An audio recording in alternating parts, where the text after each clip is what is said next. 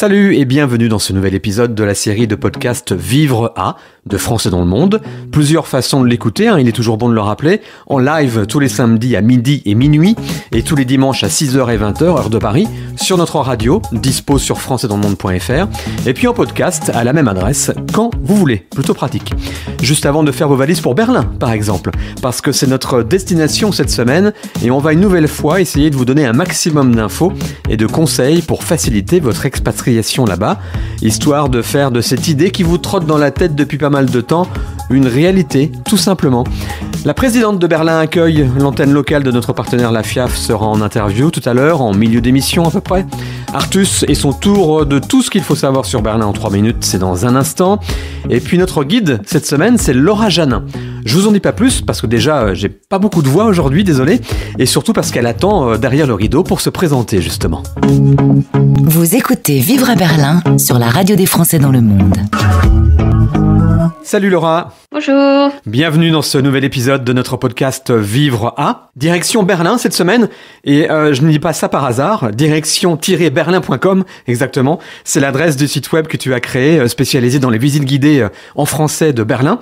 Et ça tombe bien parce qu'une visite guidée et personnalisée, c'est exactement ce qu'on va faire aujourd'hui ensemble. Mais avant, tu peux nous en dire un petit peu plus sur ton parcours, s'il te plaît ? Oui, bonjour tout le monde. Moi, c'est Laura Janin. Donc, Berlin, c'est ma ville de cœur. Je l'ai découverte quand j'avais 14 ans en colonie de vacances. J'y ai passé 2 semaines pour apprendre la langue et la culture. Et ça m'a tellement plu que je me suis dit, il faut que j'essaie d'y vivre. Et donc, pendant mes 2 derniers stages d'études, je les ai passés à Berlin et j'ai adoré. Donc, je suis restée. Et c'est là que j'ai été embauchée pour mon premier job. Donc, moi, j'ai un parcours de traductrice. D'accord. De l'anglais, de l'allemand, de l'espagnol vers le français. Et depuis janvier 2022, je me suis mise à mon compte en tant que traductrice et guide touristique avec justement mon site web Direction Berlin. Très bien. Et ça fait combien de temps que tu es à Berlin du coup ? Ça fait maintenant presque 5 ans. Ça passe extrêmement vite. Et pourquoi tu penses avoir tilté sur Berlin plus qu'une autre ville quand tu étais ado ? C'est une bonne question. Alors, c'est surtout dans l'ambiance, on va dire. C'est une ville où on est beaucoup plus, je dirais presque libre, en fait. Alors, je compare souvent avec la région parisienne parce que moi, je viens du Val d'Oise.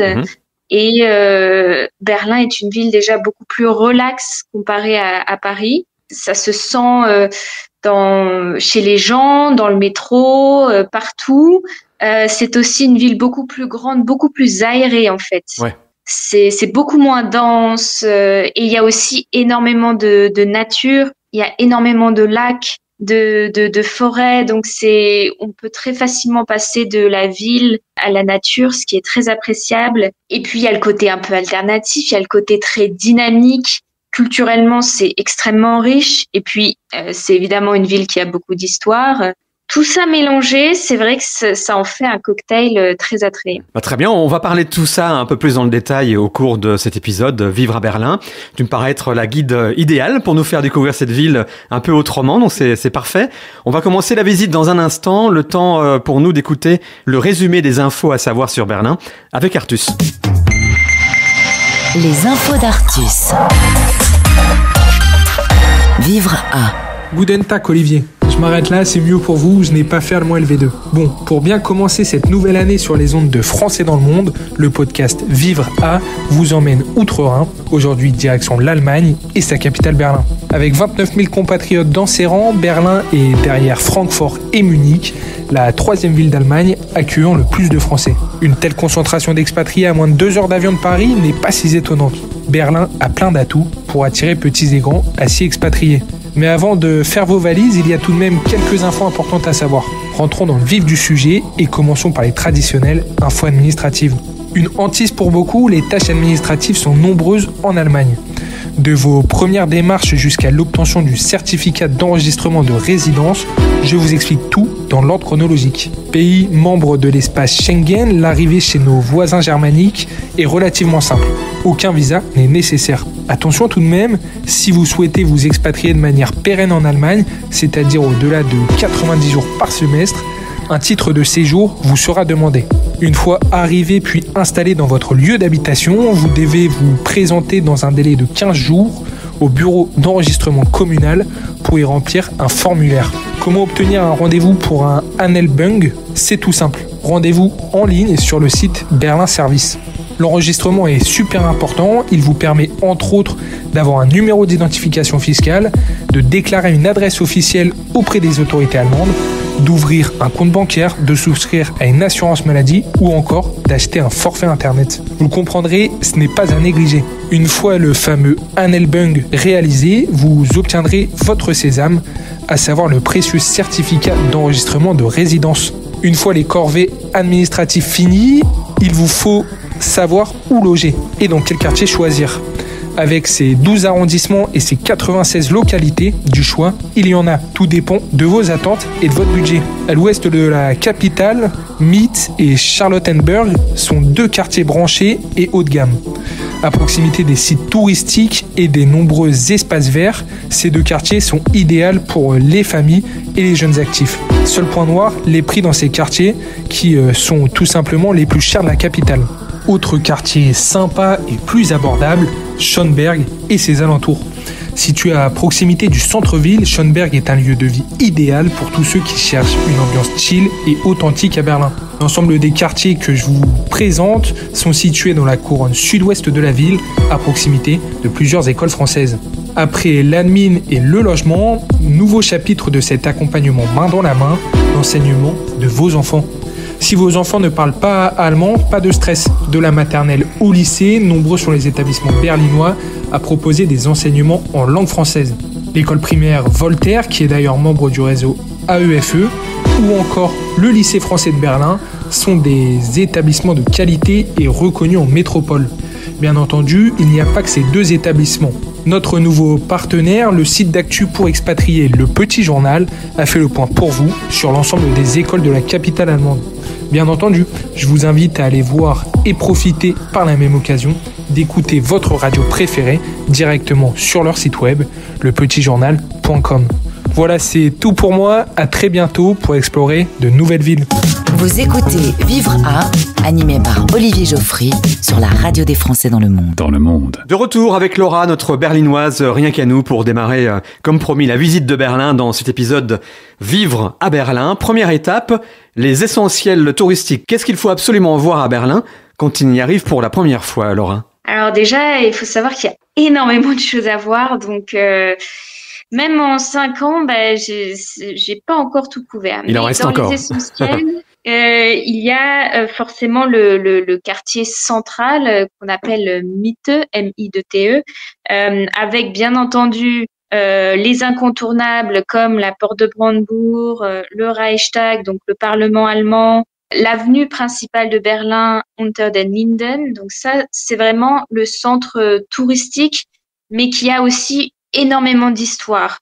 En plus, tout a été reconstruit à l'identique. Donc ce sont de beaux bâtiments, mais qui sont en fait relativement récents. Mais ça vaut le coup d'y passer parce que c'est là qu'on se rend compte des origines de Berlin, mais aussi bien sûr de tout ce qui s'est passé au moment de la Seconde Guerre mondiale et du mur de Berlin. Parce que effectivement, Berlin, ça attire surtout pour son histoire.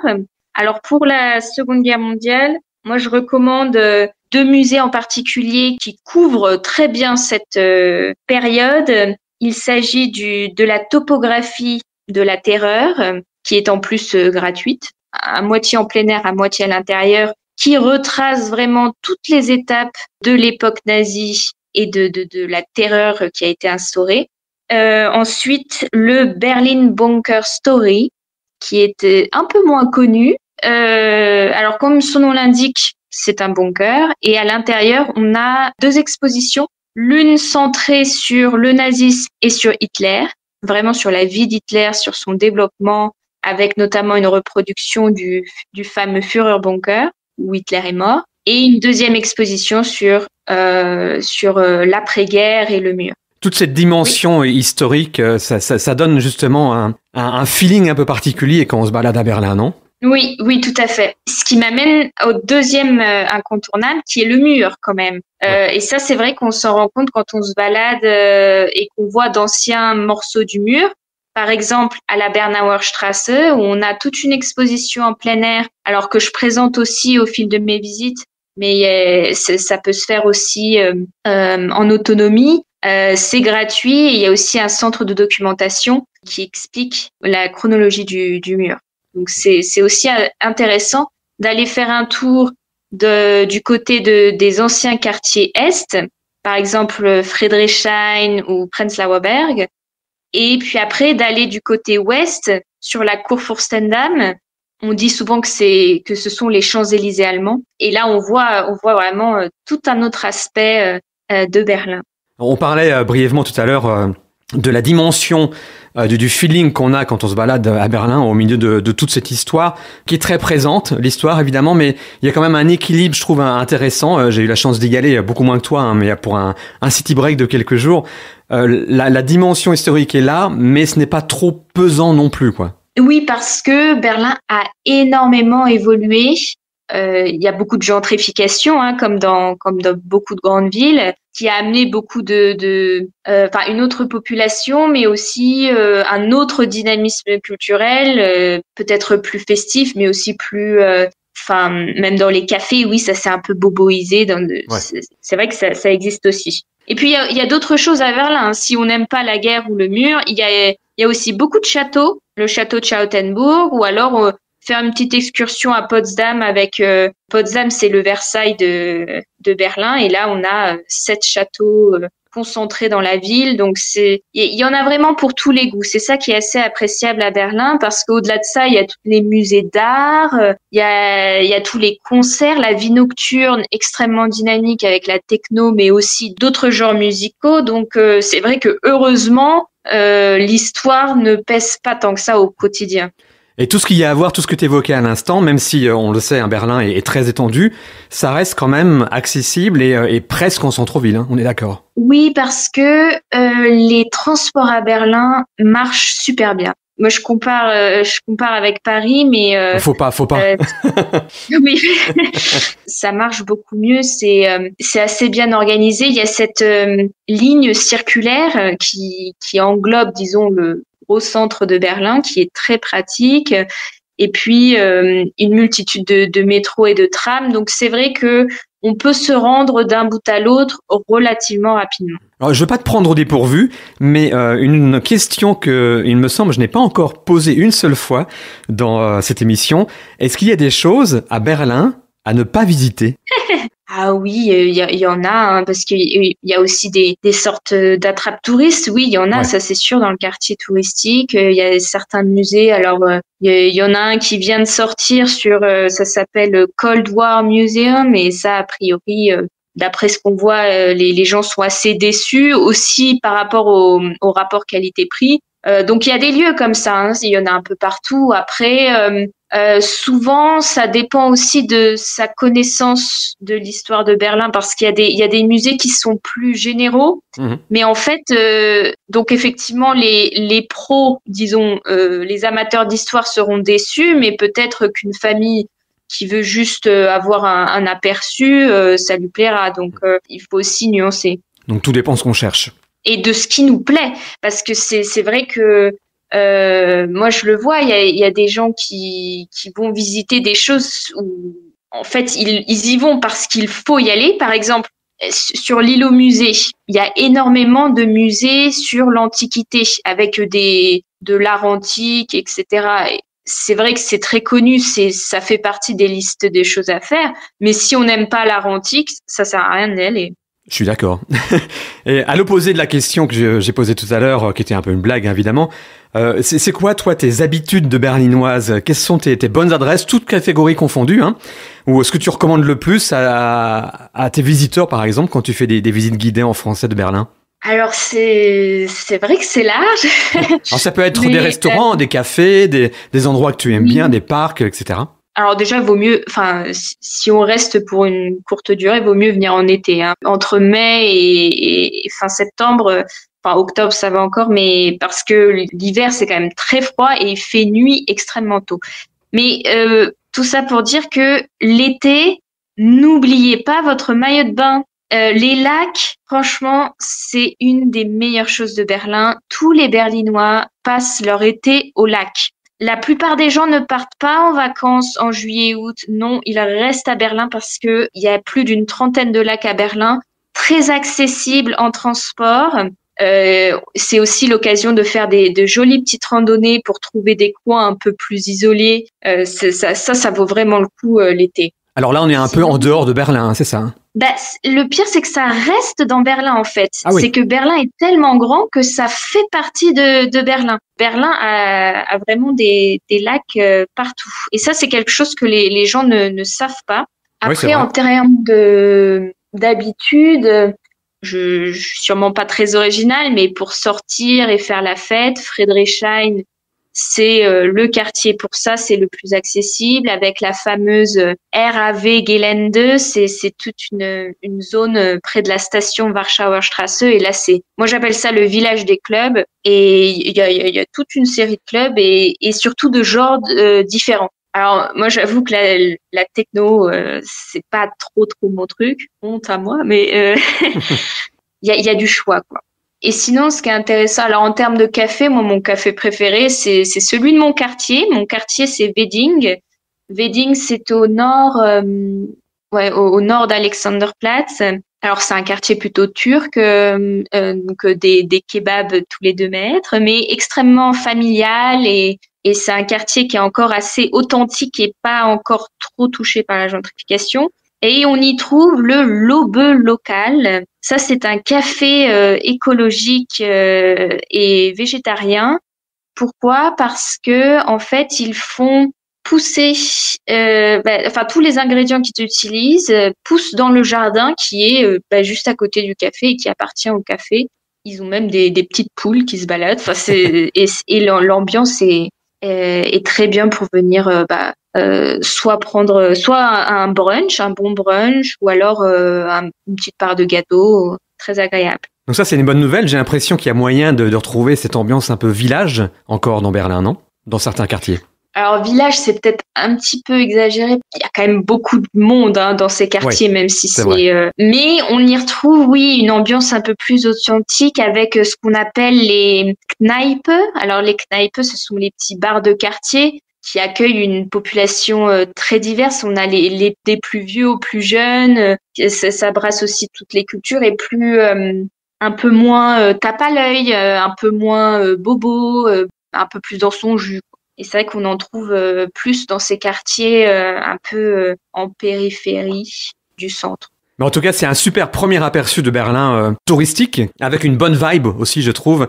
Donc on a envie d'en savoir plus, mais le meilleur moyen de découvrir la ville dans son ensemble, ça paraît bête, mais c'est d'y aller, tout simplement. À suivre encore plus d'infos sur Berlin, sa culture, la meilleure façon de s'imprégner de la ville, ton point de vue, Laura, aussi sur les habitudes des Berlinois, comment s'intégrer, etc.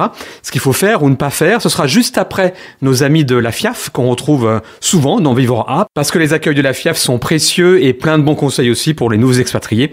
Et c'est Gauthier qui s'y colle maintenant. Le podcast. Sur Français dans le monde, on va s'installer dans la capitale allemande avec notre invité Atessa Deska. Nous sommes à Berlin Accueil dans le cadre du partenariat avec la FIAF. Il y a un engouement, alors c'est peut-être un développement économique, le coût de la vie. Enfin, il y a quelque chose qui fait qu'il y a une attractivité berlinoise aujourd'hui ? Berlin est attractif parce que c'est une ville qui est dynamique, qui est jeune. Suite à la chute du mur, les entreprises qui étaient déjà présentes et qui sont implantées ici sont des start-up essentiellement. On a peu de grosses entreprises parce qu'elles sont toutes dans ce qu'on appellerait encore l'ex-Allemagne de l'Ouest. Donc, et ici à Berlin, on a un grand nombre de start-up qui font que les nouvelles technologies, ça bouge. Beaucoup d'étudiants aussi viennent, ou des VIE également. Donc, c'est une ville très jeune. J'ai lu que l'âge moyen était de 30 ans, 20% des expatriés sont entrepreneurs, 40% des expatriés vivent dans le secteur privé. Il y a un dynamisme et aussi 60% des expatriés ont un niveau d'études supérieur. Pour vivre à Berlin, qui est une grande capitale, qui est 7 à 8 fois plus grande que Paris, sans avoir beaucoup plus d'habitants, tu as découvert une qualité de vie, en tout cas, au quotidien. Absolument. Je dirais que c'est une capitale, mais provincial, avec une âme provinciale. Sa superficie, le nombre d'espaces boisés, verts, les cours d'eau, lacs, font que cela donne un air, je veux dire, un charme bucolique à la ville. Et tu on disais... se sent pas, c'est moins citadin et même s'il y a peut-être autant de voitures, il y a peu d'embouteillages. Les réseaux de transport en commun sont extrêmement bien développés et desservent l'ensemble de la ville. Et puis, bien évidemment, les pistes cyclables. Et il y en a déjà plusieurs centaines. Il y a des centaines et des centaines de kilomètres. Et je sais que dans les tuyaux est un projet pour les développer encore plus. Ce que tu veux dire par là, c'est que le ressenti lorsqu'on passe une journée à Paris ou une journée à Berlin, c'est 2 salles, 2 ambiances. C'est très différent. Tout à fait. Ici, on se sent pas oppressé. Même le samedi, si on fait ses courses, c'est pas la cohue, le stress. C'est très agréable. Et c'est vrai que c'est une ville qui offre à la fois, si on aime l'histoire, si on aime les arts, si on aime la nightlife, si on aime la nature, tout est là. Tout est regroupé ici. Voilà. L'offre culturelle, artistique, sportive est extrêmement développée. Alors, si on aime la météo, on va être gâté parce que on a des temps qui changent beaucoup. On a des saisons très marquées, et puis d'un jour à l'autre, ça peut varier énormément. Absolument. À Dubaï, je ne regardais pas l'application météo. Non, il n'y a pas besoin. Ici, je me suis mise de nouveau à la regarder, mais en fait, finalement, un peu en désespoir de cause, je ne le fais plus parce que la météo change. Le temps est très instable et la météo change fréquemment au cours de la journée. Il peut pleuvoir alors que ce n'était pas prévu, il peut neiger alors que ce n'était pas prévu, enfin, mais ça fait son charme. Et je me souviens d'une guide qui m'avait dit, en prévision d'une visite que je souhaitais faire, je parlais du temps, des vêtements qu'il fallait porter et qu'elle recommandait, et elle m'avait fait cette réflexion que je trouve très pertinente. Elle m'avait dit, à Berlin, il n'y a pas de mauvais temps, il n'y a que de mauvais vêtements.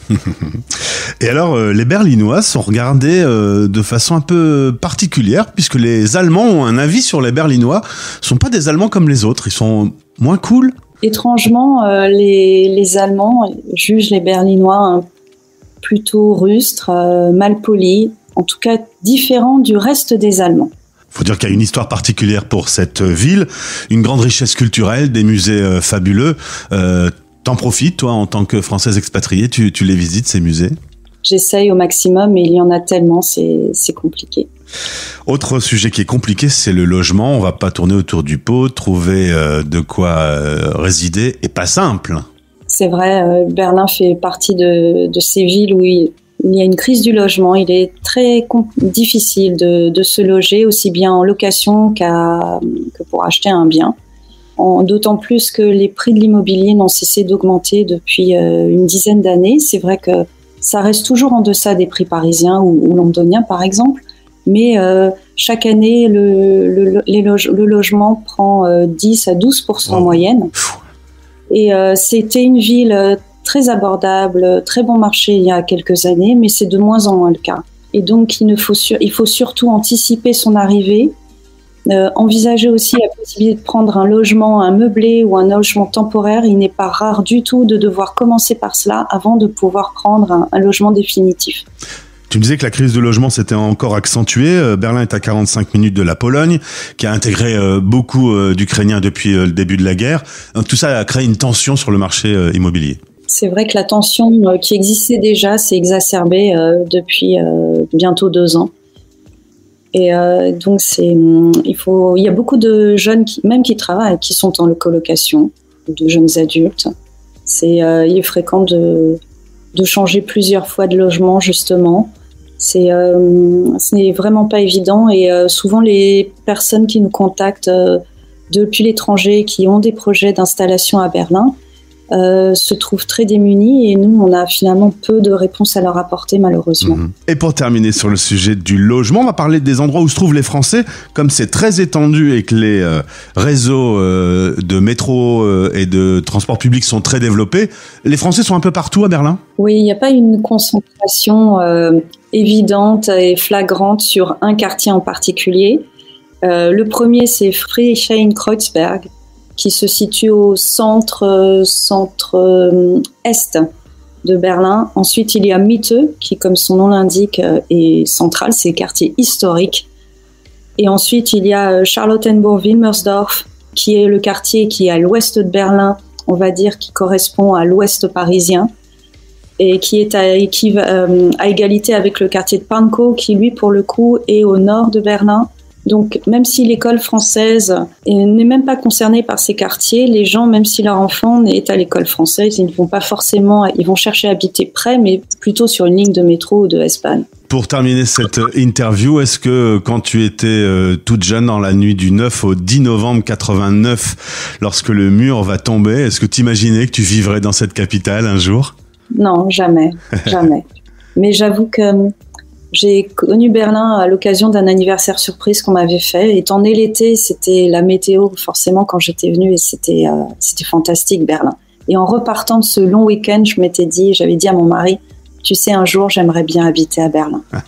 Tu es même la présidente de Berlin Accueil. Pour en savoir plus, le lien de votre association est disponible dans ce podcast. Merci beaucoup, Atessa. Merci à toi, Gauthier. Écoutez les Français du monde raconter leurs belles histoires. Les grosses voitures américaines, des fois on en voit même certaines qui sont plaquées or. Il y a la muraille qui a été reconstruite, on peut se balader sans problème, ça c'est magique. Les Canadiens vont dans des restaurants ou des boulangeries françaises sans aucun problème. Françaisdanslemonde.fr, un service gratuit dédié à la mobilité internationale pour accompagner ceux qui s'y préparent, la vivent ou en reviennent. Françaisdanslemonde.fr. Avec plus de 2000 interviews que vous pouvez écouter très simplement en version podcast depuis notre site ou via votre appli habituelle, Spotify, Deezer, YouTube. Et désormais, écoutez la radio lorsque vous surfez sur lepetitjournal.com, le média de référence des Français et francophones à l'étranger, présent dans 74 villes dans le monde. Vivre à Berlin, Laura Janin est notre guide. Cette semaine, nous visitons Berlin, oui, avec une spécialiste, c'est toujours mieux, une vraie guide en plus qui propose des visites guidées de la ville en français. Alors on va aborder maintenant, Laura, le côté un peu plus culture, intégration. Comment tu décrirais la vie à Berlin, ou la mentalité par exemple ? Alors c'est une vaste question. C'est vrai que on dit souvent que Berlin, c'est pas l'Allemagne. C'est un peu un cas à part parce que il y a énormément d'expats, il y a énormément d'étrangers, ce qui en fait un melting pot très intéressant. Alors quand on dit c'est pas l'Allemagne, c'est mieux que l'Allemagne, c'est très différent, c'est juste pas pareil. Alors, je suis pas très impartiale, c'est-à-dire que moi je dirais que oui c'est mieux, mais ça dépend ce qu'on cherche évidemment, parce que c'est quand même aussi l'effet grande ville, c'est l'effet mix des cultures. Disons que une ville allemande traditionnelle est un petit peu plus pépère, on va dire. Ok, belle description, belle réponse. Mais sinon, alors la mentalité, il y a en quelque sorte deux cultures à Berlin. Alors c'est vrai qu'il y a celle des expats et il y a celle des Allemands. C'est pas si facile de mélanger les deux. Alors évidemment qu'on peut avoir des amis allemands, etc., mais c'est pas si facile de se faire des amis allemands, c'est pas si facile d'apprendre l'allemand. Donc, c'est vrai qu'on peut voir deux mondes un peu cohabiter. Après, ça veut pas dire que ça se mélange jamais. C'est pour ça que je recommande, moi, déjà d'essayer d'apprendre la langue. C'est vrai que ça paraît évident, mais en fait, la plupart des gens qui viennent à Berlin travaillent en anglais. Donc, ils n'ont pas vraiment l'occasion de pratiquer l'allemand.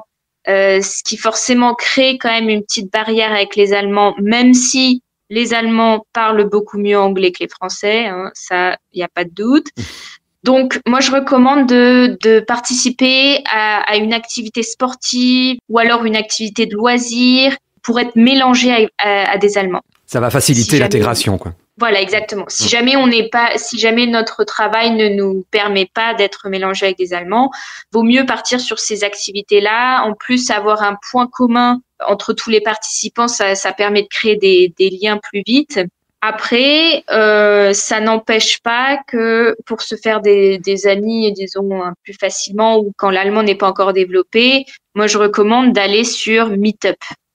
Vous connaissez sûrement cette application avec beaucoup d'événements en fait, et c'est très développé à Berlin. Il y a énormément d'événements, surtout Alors des cafés de langue, des visites, des événements professionnels, des sorties du cinéma, tout ce qu'on veut. Et ça, c'est vrai que c'est extrêmement pratique pour se faire des contacts, des amis, sortir ou s'occuper un peu. Et là, c'est un mélange d'allemand et d'expat, du coup, sur l'application. Exactement, exactement. Alors, ça dépend un peu le type d'activité qu'on fait, mais oui, il y a un mélange des deux. Moi, je vais souvent aux activités linguistiques, hein, évidemment, on se refait pas. Hein.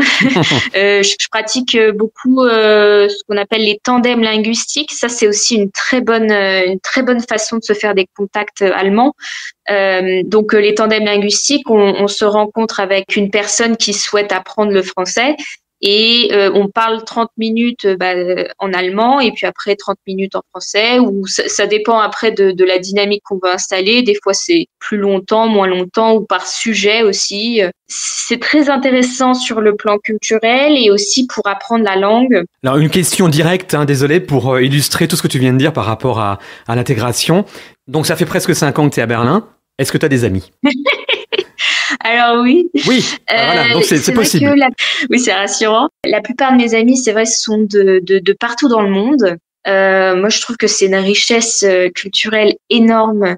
Ça m'a ouvert l'esprit sur énormément de choses. Et il y a des Allemands parmi eux. Alors, c'est vrai que en groupe, il y en a toujours un ou deux qui parlent pas allemand, donc ça va switcher en anglais assez rapidement, c'est vrai. Mais c'est vrai que ça permet cette diversité culturelle qui est fantastique au niveau humain. Pour m'intégrer aussi, je fais partie de l'association des traducteurs et interprètes de Berlin et Brandebourg. Et là, ce sont plutôt des germanophones. Et ça me permet de garder un contact, alors déjà pour le côté professionnel, mais aussi d'échanger plus avec des Allemands. Alors justement, on a parlé beaucoup de l'intégration personnelle jusqu'à maintenant. Tu commences à évoquer le côté pro, le côté emploi, travailler en Allemagne, travailler à Berlin. Est-ce qu'il y a des choses à savoir, des choses à faire, à ne pas faire ? Bon, j'ai pas l'impression que tu travailles en bureau vraiment, mais est-ce que il y a des choses à changer, par exemple, en tant que Français, pour mieux s'intégrer dans un espace professionnel, dans un environnement professionnel à Berlin ? Alors oui, je pense qu'il y a des choses à changer. Alors j'ai travaillé en bureau pendant 2 ans à Berlin, donc D'accord. Dans une agence de traduction. Déjà, il y a un mot à connaître, très important. Ouais. Ça s'appelle Feierabend. Et ça veut dire ? Et ça veut dire, alors c'est déjà très difficile à traduire, mais ça veut dire c'est la fin de la journée, je me barre et je vais boire une bière. D'accord, tout ça dans une seule phrase, très bien. C'est ça, en gros, non, mais ça veut dire c'est la fin de la journée, j'ai terminé mon travail. En quoi c'est très important ? Parce que un Allemand, il fait ses heures, mais c'est tout. Il va pas en faire plus. Alors qu'en France, il me semble que c'est plutôt mal vu si on part relativement tôt, par exemple. Il y a toujours cette image de je reste un peu tard au boulot pour montrer à mon chef que je travaille. Alors qu'en Allemagne, si tu restes tard, ça veut dire que tu fais mal ton boulot, que tu es mal organisé. C'est intéressant parce que c'est une mentalité professionnelle qu'on retrouve aussi pas mal dans les pays anglo-saxons, justement Royaume-Uni et États-Unis, où rester tard le soir est souvent perçu comme un problème de productivité, par exemple. Oui, c'est dans la même lignée. Ouais. Et c'est vrai que ça c'est très appréciable. Après, il y a des points sur lesquels les Français devront peut-être là imposer leur culture, c'est-à-dire la pause midi, qui est des fois un petit peu rapide chez les Allemands, qui veulent justement terminer assez tôt, mais ou alors ils mangent un petit sandwich de rien du tout, alors que nous on aimerait mieux prendre son temps, au moins manger quelque chose d'un peu plus un vrai plat. Alors ça, il peut y avoir aussi, je pense, quelques différences. T'as eu du mal avec ce rythme-là, toi, quand tu travaillais dans un bureau, justement, au début ? Alors, bon, mon cas est un peu particulier parce que je travaillais pour une agence de traduction et donc il y avait différentes équipes selon les langues. Donc c'est vrai que j'étais dans l'équipe française, donc il y avait d'autres Français, donc on pouvait faire notre pause comme on voulait. Hein. Ouais. Mais c'est vrai que j'en ai vu beaucoup manger aussi devant leur ordi. Combien de fois je l'ai fait, ça aussi, j'ai vécu 20 ans au Royaume-Uni. Je connais bien. I can relate, comme on dit. Mais après, au-delà de ça, Bon, il y a sur la façon de communiquer. Alors là, il y a énormément de différences entre les Allemands et les Français. Pour faire court, les Allemands explicitent tout. Ça vient du fait que l'Allemagne n'est pas uniforme, alors que chez nous, en France, tout est quand même centralisé, tout est uniforme. Donc en fait, on a le même contexte en France, donc on peut se permettre de sous-entendre beaucoup plus de choses, alors que les Allemands, eux, vont tout expliciter. Et ça peut entraîner des problèmes de communication. Alors, je vais citer un exemple un peu bête, mais dans une discussion pour un événement, c'était se donner rendez-vous pour un événement et on devait se donner rendez-vous chez quelqu'un. Cette personne est française et elle met dans son message ce serait mieux qu'on se voit à 20h parce que je termine le travail à 19, donc voilà, ce serait mieux. Alors tout le monde, les Français du groupe ont tous compris qu'on venait à 20h, mais il y a un Allemand qui a précisé alors pour t'éviter du stress, il vaudrait mieux explicitement dire que on ne peut pas arriver avant 20h. Parce que pour lui, il y avait un sous-entendu en fait, mais pas clair. Exactement. Pour lui, c'était pas clair, c'était juste une suggestion. Et je pense que ça peut entraîner beaucoup de malentendus. Donc des choses à savoir, clairement, mais bon, j'ai l'impression que ça se passe très bien quand même, de ton côté. Oui, non, en plus, c'est des petits chocs culturels du départ. Alors, c'est quoi la suite pour toi, Laura, avant de conclure? Donc ça fait presque 5 ans que tu es à Berlin, tu t'y vois encore pendant très longtemps, tu as des plans, tu fais ça au fil de l'eau, comment ça se passe? Alors, moi, je m'y plais bien pour l'instant. Je ne me vois pas bouger. Surtout que je suis en train continuer d'apprendre l'histoire de Berlin. Donc, faut que je rentabilise un peu. Je vais continuer à faire les visites et à traduire parce que c'est un bon équilibre que j'ai trouvé entre les deux. Donc, je vais continuer là-dessus. Pour les visites, j'apprends de nouveaux circuits chaque hiver. Donc là, j'ai appris celui de Friedrichshain, donc c'est la nouveauté de 2024. Très bien. Et puis du côté traduction, je me forme à l'énergie solaire pour me spécialiser davantage. Ah oui, donc des sujets assez pointus quand même. Voilà, oui, parce que alors on va pas en parler là maintenant, mais il y a de nombreux défis qui nous attendent, comme l'intelligence artificielle, etc. Donc il faut aller chercher dans les niches, se spécialiser. Pour proposer quelque chose qu'une machine ne peut pas encore proposer, en gros. Exactement. Mais merci beaucoup Laura, en tout cas, pour cette immersion dans ce que je considère moi comme une des villes les plus excitantes d'Europe, en tout cas Berlin. Ravi de voir que tu t'y sens bien, parce qu'au final, je pense que c'est ça qui compte, non? Exactement, oui. Et c'est ça aussi le pouvoir de Berlin, c'est que c'est tellement divers et varié qu'en fait, il y en a pour tous les goûts. Beaucoup de monde peuvent s'y sentir très très bien. Merci beaucoup Laura, très belle continuation, puis à bientôt peut-être sur françaisdanslemonde.fr. Berlin, 3 jours d'arrêt pour un city break. Berlin, 2 semaines pour des vraies vacances sur place. Berlin pendant 5 ans comme Laura, ou 10 ans, ou encore plus. Si affinité, c'est vous qui choisissez. Dans tous les cas, cet épisode Vivre à Berlin de notre podcast vous a donné pas mal de clés, je pense. J'en retiendrai une principale pour moi, qui a pris l'option city break là-bas il y a quelques années. Berlin est à part par rapport au reste de l'Allemagne, oui, mais pas seulement. C'est une ville qui coche beaucoup de cases. Internationale, culture, histoire, sortie, nature et bien d'autres choses encore. C'est un peu le package idéal quand même, Berlin, si on réfléchit. Essayez et dites-moi ce que vous en pensez. En plus, c'est pas loin, vous ne prenez pas beaucoup de risques en tentant le coup. Merci de votre fidélité et à très vite pour une autre destination. D'ici là, bonne découverte. Vous vivez dans une ville que vous aimez ? Témoignez dans cette émission. Contactez-nous via la page Contact sur le site françaisdanslemonde.fr.